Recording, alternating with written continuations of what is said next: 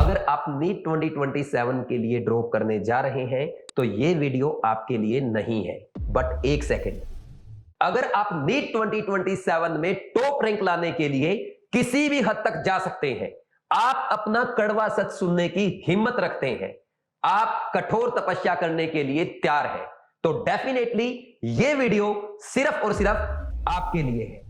क्योंकि ड्रॉपर की जर्नी इतनी आसान नहीं होती जितना यूट्यूब के इमोशनल वीडियो और मीठी मीठी स्ट्रेटजी में बताया जाता है। आज का वीडियो जितना टफ आपके लिए होने वाला है, इससे कहीं ज्यादा टफ आपकी ये जर्नी होने वाली है। क्या क्या आपको फेस करना पड़ेगा डिस्कस करेंगे आज के वीडियो में। लेकिन उससे पहले मैं आपको 3 ड्रॉपर्स के एग्जांपल देना चाहता हूं जिनके इंटरव्यू भी आपको बीवाइज क्लासेस यूट्यूब चैनल पे मिल जाएंगे। सबसे पहले हमारे बीवाइज क्लासेस के ऑफलाइन स्टूडेंट सुपीरिया, जो 3 साल एलन में पढ़ी लेकिन फिर भी वो एग्जाम क्रैक नहीं कर पाई, और जब वो हमारे पास आई क्रैश कोर्स में सिर्फ 30 डेज के लिए, उसने पूरा ड्रीम टीम को फॉलो किया और मार्क्स आए 601। सेकंड एग्जांपल, भोपाल से सुपीरिया की फ्रेंड युक्ता, इनके लास्ट ईयर नीट एग्जाम में, नीट 2025 में ओनली 427 मार्क्स थे और अब री नीट 2026 में 577 मार्क्स आ रहा है, यानी इन्होंने 150 नंबर बढ़ाया है। और एक और एग्जांपल मेरे पास है जिनका नेम है निमय भार्गव, ये लड़का भी भोपाल से है। इनका जब ये आकाश में पढ़ रहा था 2025 में स्कोर आया था 440 और अभी आ रहा है 636। मैंने आपको 3 ही बच्चों के एग्जांपल दिए हैं, ऐसा नहीं है कि हमारे सिर्फ 3 का रिजल्ट आ रहा है, और भी आ रहे हैं। टॉप 100 में भी रैंक आने वाली है, बट मैं इनके एग्जांपल इसलिए दे रहा हूं क्योंकि इनसे हर ड्रॉपर बच्चा रिलेट कर सकता है। देखो इन दोनों बच्चों में भाई ये इंटेलिजेंट थे, मेहनती थे, लेकिन इनके पास पता क्या कमी थी? ट्रू मेंटरशिप की कमी थी। जब ये कोटा हमारे पास आए, मैंने इनको एक एक दिन इनकी मिस्टेक कॉपी चेक की, टेबल स्क्वायर क्यूब लिखवा, इनको टेस्ट अटेम्प्ट करने की स्ट्रेटजी सिखा, तो रिजल्ट आपके सामने है। वहीं निमय, जो बड़ी कोचिंग में पढ़ने के बावजूद 440 स्कोर कर पा रहा था, जब ये डॉक्टर शिवाली मैम से पढ़ा, मेरे से केमिस्ट्री प्रॉपर ऑनलाइन पढ़ाई की और इसने अच्छे से डिवाइस के बीट के टेस्ट अटेम्प्ट किए, लास्ट टाइम पे डीएन सर से रैंक बूस्टर कोर्स के जो क्रैश कोर्स वाले लेक्चर थे, नोट्स थे, उसमें अच्छे से डिफरेंट वैरायटी के क्वेश्चन किए, तो रिजल्ट आपके सामने है, टॉप 1000 में रैंक आ जाएगी। इसलिए मैं बोल रहा हूं, अगर आप भी कुछ ऐसा करना चाहते हो तभी ये वीडियो सुनना। देखो ये 2 बच्चों ने क्रैश कोर्स में करके दिखाया है। ये हमारा 1 साल का स्टूडेंट है, इसकी टॉप 1000 में रैंक आ रही है। इन बच्चों को, इस गुड़िया की टॉप 5000 में आ जाएगी, ये टॉप 10000 में आ जाएगी। अगर आप भी 1 साल फॉलो करने को तैयार हैं, मैं आपकी लाइफ बदल सकता हूं। कैसे स्टार्ट करता हूं, सच बताने जा रहा हूं, पूरा सुनना। सबसे पहले कान तैयार है ना आपके सुनने को? सबसे पहला सच सुनो, ड्रॉपर की सबसे बड़ी प्रॉब्लम पता क्या होती है? मेरे तो ऑलरेडी 520 मार्क्स आ रहे हैं और कट ऑफ 550 जा रही है, मुझे तो बस 30 मार्क्स का जंप चाहिए। मेरे केमिस्ट्री में 70 है, अगर सुनील सर मुझे पढ़ा दे और मेरे केमिस्ट्री में 130 भी करा दे तो मेरा अच्छी रैंक आ जाएगी, गवर्नमेंट मेडिकल कॉलेज में एडमिशन मिल जाएगा। यही कहानी थी ना लास्ट ईयर कि इसमें कम है, उसमें कम है। नहीं भाई, 520 आपके रीनीट में है, नीट 2027 में आपके 0 मार्क्स है। अगर 0 से स्टार्ट करने को तैयार है तभी करना, नहीं तो वापस फिर 0 हो जाओगे। तो इतनी हिम्मत है क्या? 0 से मतलब समझ रहे हो? मेरी क्लास में अगर आओगे, आप कहीं भी पढ़ोगे यार, छोड़ो मेरी क्लास, उसकी क्लास, इसकी क्लास, क्या फर्क पड़ता है? हम तो वैसे ही 300 बच्चों को पढ़ा रहे हैं, ये वीडियो हजारों बच्चे देखेंगे। मैं ईमानदारी से सबको गाइड करना चाहता हूं। मैं नहीं पढ़ा सकता हजारों लाखों, मेरे बस की बात नहीं है। हम सिर्फ 300 बच्चों को पढ़ाएंगे, लेकिन गाइड तो मैं हजारों लाखों को कर सकता हूं ना। एक बात जान लो, जहां भी आप पढ़ेंगे 0 से स्टार्ट करना। What is chemistry, what is matter, what is atom, what is molecule, what is compound, यहां से अगर स्टार्ट कर सको। What is organic chemistry, carbon की वैलेंसी 4 होती है, कार्बन का टेट्राहेड्रल ज्योमेट्री होती है, यहां से अगर स्टार्ट कर सको तो आप ड्रॉप करना। अदरवाइज भाई गलती से भी मत करना, नेक्स्ट ईयर फिर फंसोगे। क्योंकि एग्जाम जो है ना, फिर सरप्राइज देगा, फिर कुछ नया आएगा, और नया वही बच्चा कर पाएगा जिसने 0 से स्टार्ट करके बेसिक कवर करते हुए एडवांस लेवल तक अपनी पढ़ाई की होगी। आप सिर्फ इस पे ध्यान देते हो, ये आपका छूट जाता है, फिर वहां क्वेश्चन आता है इजी। जैसे ऑर्गेनिक में क्या हुआ, पढ़ा ना आपने? ऑर्गेनिक में प्रोडक्ट तो बना लिया, लेकिन उसकी फिजिकल प्रॉपर्टी नहीं आई क्योंकि एनसीईआरटी इग्नोर की थी। तो ये बेसिक चीजें कौन करेगा दोस्त? करना पड़ेगा, समझे? सेकंड, ये डॉक्टर के कैरेक्टर है। पेशेंस, सबसे पहली चीज है पेशेंस। आप बोलते हैं ना पेपर में सर मैंने पेशेंस लूज कर दिया। पेपर में पेशेंस लूज नहीं किया, एक दिन में नहीं होता, 3 घंटे में पेशेंस लूज नहीं होता। ये कैरेक्टर है आपका पेशेंस लूज करने का, और पूरे साल आप पेशेंस लूज करते आए हैं। क्यों? क्योंकि कभी मार्क्स 680 आ गया, नेक्स्ट टेस्ट में आपका 580 आ गया, 560 आ गया, डाउन। अरे एक अच्छे डॉक्टर से सही ऑपरेशन ना हो तो ये बोलता है कि मेरा पेशेंट तो गया, मर गया, मैं अब नहीं बचा सकता, मेरे से कुछ नहीं होगा, ये बोलता है क्या? नहीं, वो हर दिन हर पेशेंट को नए फ्रेश माइंड से फोकस के साथ ट्रीट करता है, पूरा पेशेंस रखते हुए। तो अगर आप पूरे साल भर कभी आप पेशेंस ऐसे ही लूज करते रहेंगे तो क्या गारंटी है आप उन 3 घंटे में पेशेंस रख पाएंगे? हर दिन पेशेंस रखना होगा। आपको लोग गलियाएंगे, 4 साल ड्रॉप, 5 साल ड्रॉप, 6 साल ड्रॉप, अब क्या कर लेगा तू? अब तो पेपर भी टफ आ रहा है। आपको लोग बोलेंगे टेस्ट में मार्क्स नहीं आ रहे, क्या ही औकात है तेरी, तू क्या कर लेगा? बहुत सारी बातें सुनने को मिलेगी, लेकिन आपका एक कैरेक्टर पेशेंस। डॉक्टर जब सफल इलाज करता है उसको शाबाशी नहीं मिलती, लेकिन डॉक्टर से जब गलती हो जाती है, ना कि खुद डॉक्टर की वजह से बल्कि पेशेंट की वजह से कि उसने प्रिस्क्रिप्शन को अच्छे से फॉलो नहीं किया था, या उन अटेंडेंट की वजह से जो बेपरवाह होते हैं। चप्पल किसको पड़ती है, गाली किसको मिलती है? डॉक्टर को ना। लेकिन फिर भी वही डॉक्टर नेक्स्ट डे दूसरे पेशेंट का पे उस पेशेंट का गुस्सा नहीं उतारता जिसके अटेंडेंट ने बदतमीजी की थी। क्या करता है? पेशेंस के साथ इलाज करता है। तो क्या वो कैरेक्टर आप में आज है? अगर है या डेवलप कर सकते हो तो ही आगे बढ़ना। ठीक। Next, consistency. पूरे साल भर कभी तो बायो पढ़ते हैं, कभी केमिस्ट्री पढ़ते हैं, कभी फिजिक्स पढ़ते हैं, और कभी टेस्ट अटेम्प्ट करते हैं, कभी नहीं करते। भाई ऐसे काम नहीं चलेगा। सोचो एक डॉक्टर है, वो साल में 3 महीने तो ऑपरेशन थिएटर में जाता है, 3 महीने इमरजेंसी वार्ड में जाता है, 3 महीने वो आईसीयू वार्ड में जाता है। क्या ऐसा डॉक्टर कभी सक्सेसफुल डॉक्टर बन पाएगा? क्या कोई बच्चा 2 महीने बायो पढ़ता है, 3 महीने फिजिक्स पढ़ता है, 4 महीने केमिस्ट्री पढ़ता है, या यूं मान लो दिन में 1 घंटा फिजिक्स बायो पढ़ता है, 2 घंटे केमिस्ट्री, 8 घंटे फिजिक्स पढ़ता है, क्या वो कभी एग्जाम क्रैक कर पाएगा? नहीं। वीक में 4 दिन पढ़ेंगे, 1 दिन बिल्कुल नहीं, 2 दिन बिल्कुल नहीं पढ़ेंगे, 1 दिन आधा अधूरा पढ़ेंगे। क्या ऐसे आपका सिलेक्शन हो पाएगा? नेवर। तो प्लीज एक अच्छे डॉक्टर की तरह आपको कंसिस्टेंसी मेंटेन करनी होगी। जैसे एक अच्छा डॉक्टर डेली अपने ऑपरेशन थिएटर में, ओपीडी में, इमरजेंसी वार्ड में जाता है, वैसे ही आपको डेली फिजिक्स, केमिस्ट्री, बायो करने होंगे। डेली वो तीनों क्वेश्चन की फाइल्स चेक करता है, आपको डेली तीनों की एनसीईआरटी पढ़नी होगी। डेली वो तीनों के पेशेंट्स को फ्रेश माइंड से ट्रीट करता है, आपको तीनों के क्वेश्चन अच्छे से ट्रीट करने होंगे। यानी अपने रूम को ही अपना हॉस्पिटल बनाना होगा, तभी सिलेक्शन हो पाएगा, नहीं तो पॉसिबल नहीं है, भूल जाना। ठीक। एंड मोस्ट इंपॉर्टेंट, एनसीईआरटी इतनी बार इग्नोर करके देख ली, हाथ जोड़ के रिक्वेस्ट है, नीट 2027 के लिए एनसीईआरटी पढ़ लेना। कितने आप एक काम करो, मैंने आपको ना कुछ शॉर्ट्स वीडियो डाले हैं कि फिजिकल केमिस्ट्री के एनसीईआरटी के direct in text example, in text question, exercise के क्वेश्चन आते हैं। मैं और नहीं डालूंगा। मैं 10 साल से एनसीईआरटी कर रहा हूं। मैं अब आपको आपकी हालात पे छोड़ता हूं, आप खुद चेक करना कि क्या एनसीईआरटी से क्वेश्चन आ रहे हैं। अभी तो आप एडमिशन लेने नहीं जा रहे ना, खाली बैठे ना घर, उठाओ प्रीवियस ईयर के क्वेश्चन, उठाओ एनसीईआरटी केमिकल काइनेटिक्स की, इलेक्ट्रोकेमिस्ट्री की, थर्मो की, रेडॉक्स की, उठाओ, एक बार चेक करो एनसीईआरटी से आया कि नहीं आया और कितना आपको पढ़ाया गया था। तो प्लीज एनसीईआरटी, और ना कि ओनली बायो की, ना कि ओनली केमिस्ट्री की, बल्कि तीनों की, तीनों सब्जेक्ट की एनसीईआरटी अच्छे से करना है। एनसीईआरटी भी करना है, इंटेक्स्ट एग्जांपल, इंटेक्स्ट क्वेश्चन, और अब तो एक्सरसाइज क्वेश्चन भी करना है, जैसा लेवल बढ़ गया है। और मोस्ट इंपॉर्टेंट, एनसीईआरटी एग्जांपल को इग्नोर नहीं करना है। अगर कर सकते हो तो देन थर्ड स्ट्रेटजी पे बढ़ना। तीसरी strategy, online mock test practice. Offline test practice करने में और ऑनलाइन टेस्ट प्रैक्टिस करने में दिन रात का डिफरेंस होता है। देखो, आपको ना 180 क्वेश्चन आपके पास है, ठीक, और इन 180 क्वेश्चन में आपने गोला कर रखा है ऐसे, ठीक, कि ये क्वेश्चन मुझे सेकंड राउंड में कर रहे हैं। फर्स्ट राउंड वाले से आपने टिक कर दिए, ऑप्शन भी फिलअप कर दिए। तो एक पेज पे 8 क्वेश्चन थे, 8 क्वेश्चन में से आपने 4 पे गोला कर रखा है। आपके पास लास्ट की 2 मिनट बची है। क्या आप ये चारों क्वेश्चन कर सकते हो? नहीं कर सकते। अब चारों में से या तो 1 करोगे या 2 करोगे, सबसे पहले सबसे आसान करोगे ना।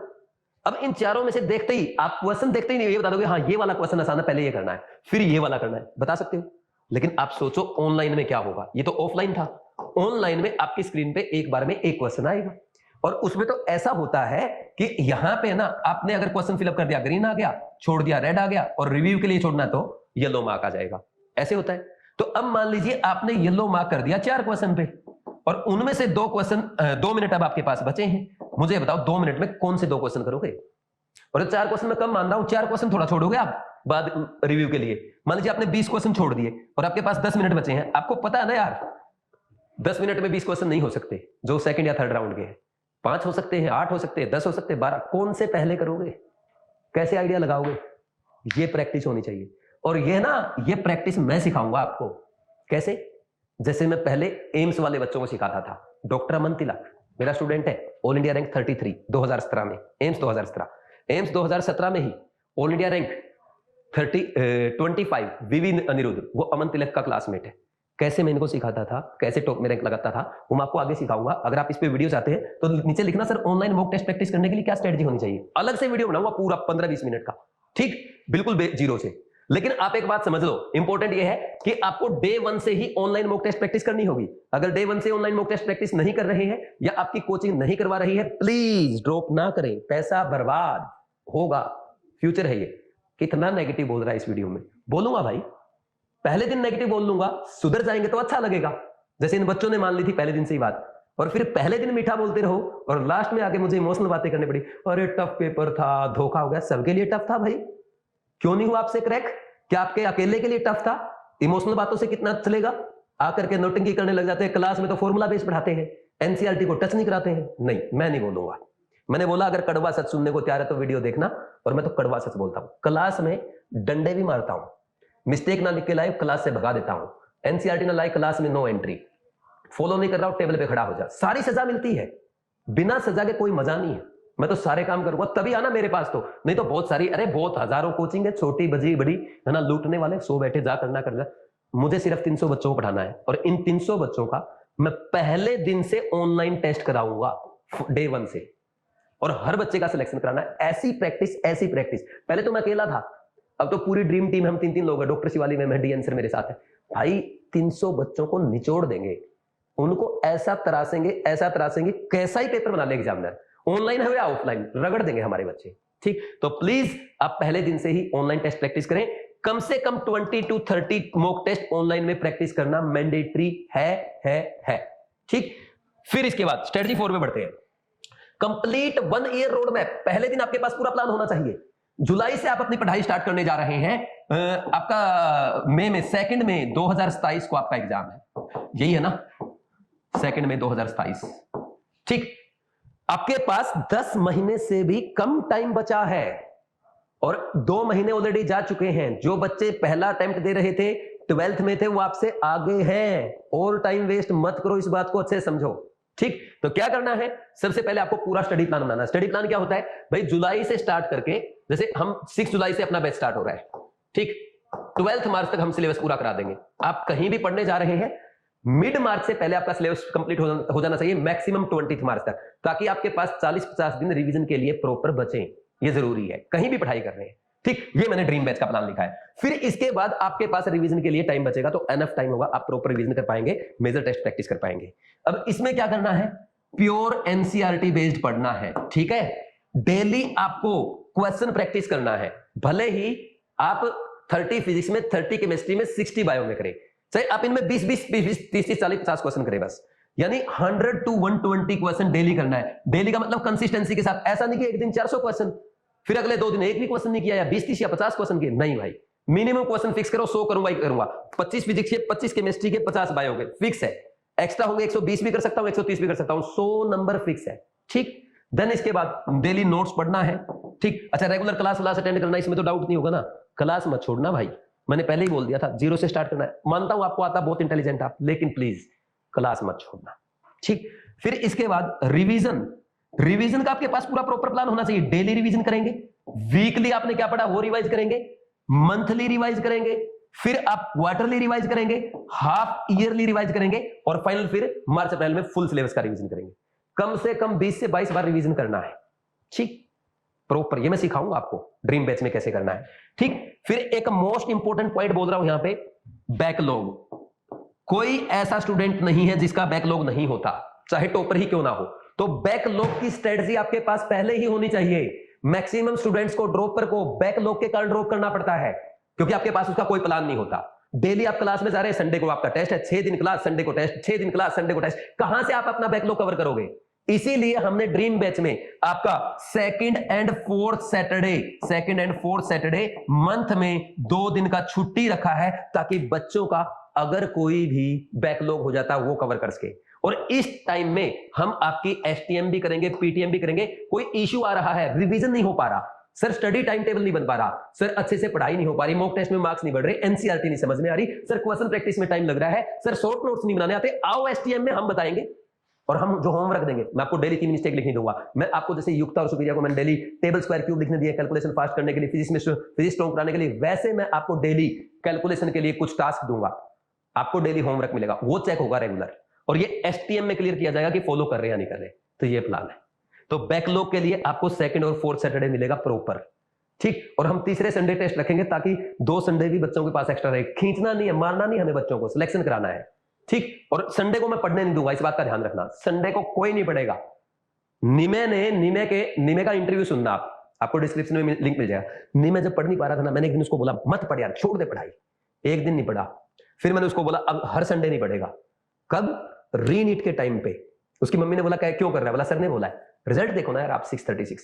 जो अच्छा बच्चा है वो संडे को नहीं पढ़ता है, वो डेली 1 घंटा एक्सरसाइज करता है, योगा मेडिटेशन करता है, वो रिलैक्स करता है, वो अपने ना मंथ वाइज प्लान रखता है। अगर बैकलॉग हो गया तो मुझे कैसे कवर करना है, ये सारी चीजें करनी पड़ेगी। अगर नहीं करोगे तो फिर दिक्कत है। और रेगुलर टेस्ट प्रैक्टिस करने पड़ेंगे। अच्छा, आप अगर चाहते हैं कि टेस्ट प्रैक्टिस कैसे करें, एनसीईआरटी कैसे पढ़ें, रिवीजन का क्या प्लान होना चाहिए, ठीक, या डेली टाइम टेबल क्या होना चाहिए, तो इसके लिए जिस भी टॉपिक में आप वीडियो चाहते हैं, एनसीईआरटी पे तो एनसीईआरटी लिख दो, मॉक टेस्ट स्ट्रेटजी तो मॉक टेस्ट लिख दो, ठीक। किसी को एनसीईआरटी पे वीडियो चाहिए, एनसीईआरटी लिख दो, रिवीजन पे चाहिए, रिवीजन पे लिख दो। जिसके ज्यादा कमेंट आएंगे सबसे पहले उस टॉपिक पे वीडियो बनाऊंगा, ठीक। अब है last point, 5th and most important, study with proper mentorship. अगर आप ये सोचते हैं कि मुझे ज्ञान है, आपको है, लेकिन उतना नहीं है कि आप नीट एग्जाम क्वालिफाई कर सकें या टॉप में रैंक ला सकें। अगर होता तो अब तक आ जाती। सर हमें मत सुनाओ, हमें सब पता है, हम ड्रॉपर हैं। आप बैठ के देखो पैनिक सिचुएशन में, आप आओ पेपर, इतने टफ पेपर में आपको भी पता चल जाएगा। आप भी आ जाओ एक दिन पेपर, बिल्कुल आ सकते हैं। मैं तो कहता ही नहीं मेरे आपके जितने नंबर आएंगे, लेकिन मैं एक बात जरूर कहूंगा, कंपटीशन में वो आगे निकलता है जो मेहनत करता है, ठीक, जो प्रॉपर प्लानिंग के साथ, गाइडेंस के साथ, स्ट्रेटजी के साथ, मेंटरशिप में, रेगुलर मॉनिटरिंग में पढ़ाई करता है, ठीक। भाई बैठे तो सारे ही बच्चे सबके लिए सेम था, तो वो 30,000 बच्चे कौन है जो गवर्नमेंट मेडिकल कॉलेज की सीट पक्का कर जा रहे हैं? हम क्यों नहीं? बुरा मत मानना, ये सच है, कड़वा सच है। तो प्लीज आप एक मेंटर अपना जरूर चुने, और मेंटर आपके दीदी भैया नहीं होने चाहिए। वैसे तो दीदी भैया पे अब गवर्नमेंट ने रोक लगा दिया है, एम्स दिल्ली का नोटिफिकेशन आ गया है, कोई भी दीदी भैया, कोई भी एम्स का स्टूडेंट, डॉक्टर या एम्प्लॉई एम्स का लोगो यूज नहीं करेंगे। वो एम्स का वहां का कैंपस का वीडियो बनाते हुए किसी बाहर के ब्रांड का मार्केटिंग नहीं करेंगे। वो बच्चों को कोई क्वेश्चंस लीक नहीं करेंगे।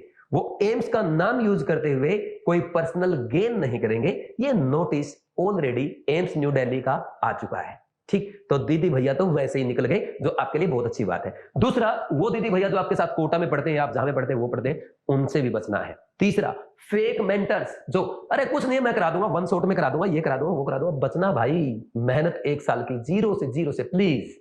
720 की जर्नी है, ओएमआर खाली मिलेगी, वो दीदी भैया नहीं भर के आएगा। आपको मोटिवेट किया जाएगा, 500 प्लस है, आ जाओ, स्कॉलरशिप देंगे। तू तो एम्स दिल्ली का नहीं है, तू एम्स दिल्ली का नहीं है, एम्स दिल्ली का तू। गलत फहमी है तेरे, पिछली बार भी तो ली थी स्कॉलरशिप 450 नंबर पे तूने, इस बार भी ले ले 500 पे। नहीं है भाई एम्स दिल्ली का, तेरे को लूटा जाएगा। तो बचना ऐसे लोगों से।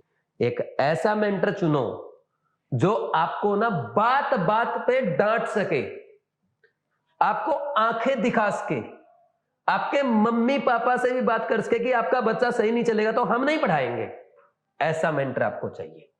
अगर आप कोई सॉफ्ट मेंटर, दीदी भैया, है ना, या प्यारे प्यारे मेंटर जो नाच के दिखाते हैं, गाना गाते हैं, लिपस्टिक लगा के वीडियो बनाते हैं, प्लीज नहीं होगा उससे, ठीक है। बोला था ना शुरू में, कड़वा सच है। वीडियो ही सुन लोगे तो उसी से सिलेक्शन हो जाएगा, ठीक। तो प्रॉपर एक ऐसे मेंटरशिप में पढ़ाई करना जो आपको हमेशा मोटिवेट करे, गाइड करे, गलती पे गलती बताए और जरूरत पड़ने पे आपके डंडा मारे। ठीक, ये मेंटर आपके सामने खड़ा है। क्लास में पूछना बच्चों को मैं रुला देता हूं, लेकिन रिजल्ट के बाद सब हंसते हैं। मुझे बड़ा दुख होता है जब मैं बच्चों को डांटता हूं, क्लास से भगाता हूं, बहुत दुख होता है। मुझे रात में नींद भी नहीं आती, because I am a teacher not a cheater. दुख होता है, लेकिन मुझे एक समझ है, आज का दुख कल का सुख है। तो मेरे पास अगर आओगे, आप ड्रीम बैच में आओगे, ना कि ओनली मैंने एक चीज देखी है भाई, वो कहते हैं ना लाइक अट्रैक्ट लाइक। मैं तो सख्त आई, शिवाली मैम मेरे से ज्यादा खतरनाक है। कोई लड़का लड़की चक्कर करता मिल जाए, भाग जा भाई, मैं नहीं पढ़ा रही यहां से। डीएन सर कोई होमवर्क नहीं करके लाए, मैं नहीं दूंगा तेरे को क्लास। ये मेरे से भी ज्यादा मजबूत लोग हैं। तो ड्रीम टीम में तीनों के तीनों मेंटर ऐसे हैं जो आपको एक एक चीज पे आप डांटेंगे, समझाएंगे, सिखाएंगे, प्यार करेंगे, खाना भी खिलाएंगे, बाहर घूमने जाएंगे, गेम भी खिलाएंगे। लेकिन पढ़ाई में कतई वो नहीं बरता जाएगा कि हाँ ठीक है चल रहा है, सॉफ्ट डांस चल रहा है, मटक रहे हैं, वो नहीं होगा, है ना। तो प्लीज आप ऐसे ही मेंटर चुने। ड्रीम टीम में तो ड्रीम टीम तो सिर्फ 300 बच्चों को पढ़ाएगी, 3 टीचर है, हर टीचर के 100 बच्चों की मेंटरशिप रहेगी, 100 बच्चों को गोद लेना है। हम सबको नहीं पढ़ा सकते, लेकिन मैं ये कहना चाहता हूं आप मेंटर ऐसा ही चुने जैसा मैंने बताया है। जितना कड़क मेंटर होगा उतनी अच्छी रैंक आएगी, जितना सॉफ्ट मेंटर होगा उतना ड्रॉप की तरफ जाएंगे। डिसाइड आप कर लो, ठीक। तो ड्रीम टीम अपना बैच स्टार्ट कर रही है 6 जुलाई से कोटा में ऑफलाइन होगा। इस बैच में हम आपको तीनों teacher, doctor Shivali ma'am biology, chemistry में Sunil sir, DN sir physics, 3 subject 3 teacher पढ़ाएंगे। हम क्लास में पढ़ाएंगे, डाउट भी हम बताएंगे। ऐसी जगह भी नहीं जाना जहां पे डाउट फैकल्टी अलग है, चाहे कितना ही बड़ा नेम हो। नेम रैंक कैसे आती है 2019 से 26 तक हमने समझ लिया ना। तो ऐसी जगह जाना जहां पे डाउट फैकल्टी और क्लासरूम फैकल्टी सेम हो। हम पर्सनल मेंटरशिप आपको प्रोवाइड करेंगे। मेंटर भी आपका क्लासरूम टीचर होना चाहिए। हम आपको गाइड करेंगे, आपके लिए स्ट्रेटजी बनाएंगे, पूरा साथ देंगे आपका, ठीक। आपको उंगली पकड़ करके लेके चलेंगे 6 जुलाई से कॉलेज में एडमिशन कराने तक, सेकंड में तक नहीं, कॉलेज में एडमिशन कराने तक। तो अगर आपको ऐसी मेंटरशिप चाहिए, आपका भी ड्रीम है नीट 2027 क्रैक करके एम्स दिल्ली जैसे टॉप मेडिकल कॉलेज में एडमिशन पाना, तो 6 जुलाई से डे 1 से ही ड्रीम टीम के साथ अपनी जर्नी स्टार्ट करो। बीवाइज क्लासेस के ड्रीम बैच में कोटा में ऑफलाइन स्टार्ट हो रहा है। जो बच्चे कोटा नहीं आ सकते, सेम रिकॉर्डेड लेक्चर मिलेंगे आपको ऑनलाइन में बीवाइज क्लासेस ऐप पे। डाउनलोड करें, साइन अप करें, कोर्सेज में जाएं, ड्रीम 27 पे क्लिक करके पेमेंट करने से पहले डॉक्टर 27 प्रोमो कोड अप्लाई करें। और आज आपके लिए लास्ट डे डिस्काउंट ऑफर है, जल्दी से जल्दी ज्वाइन कर लो। कोई प्रॉब्लम है 7340250100 इस नंबर पे कॉल करके बात कर सकते हैं, ठीक है भाई।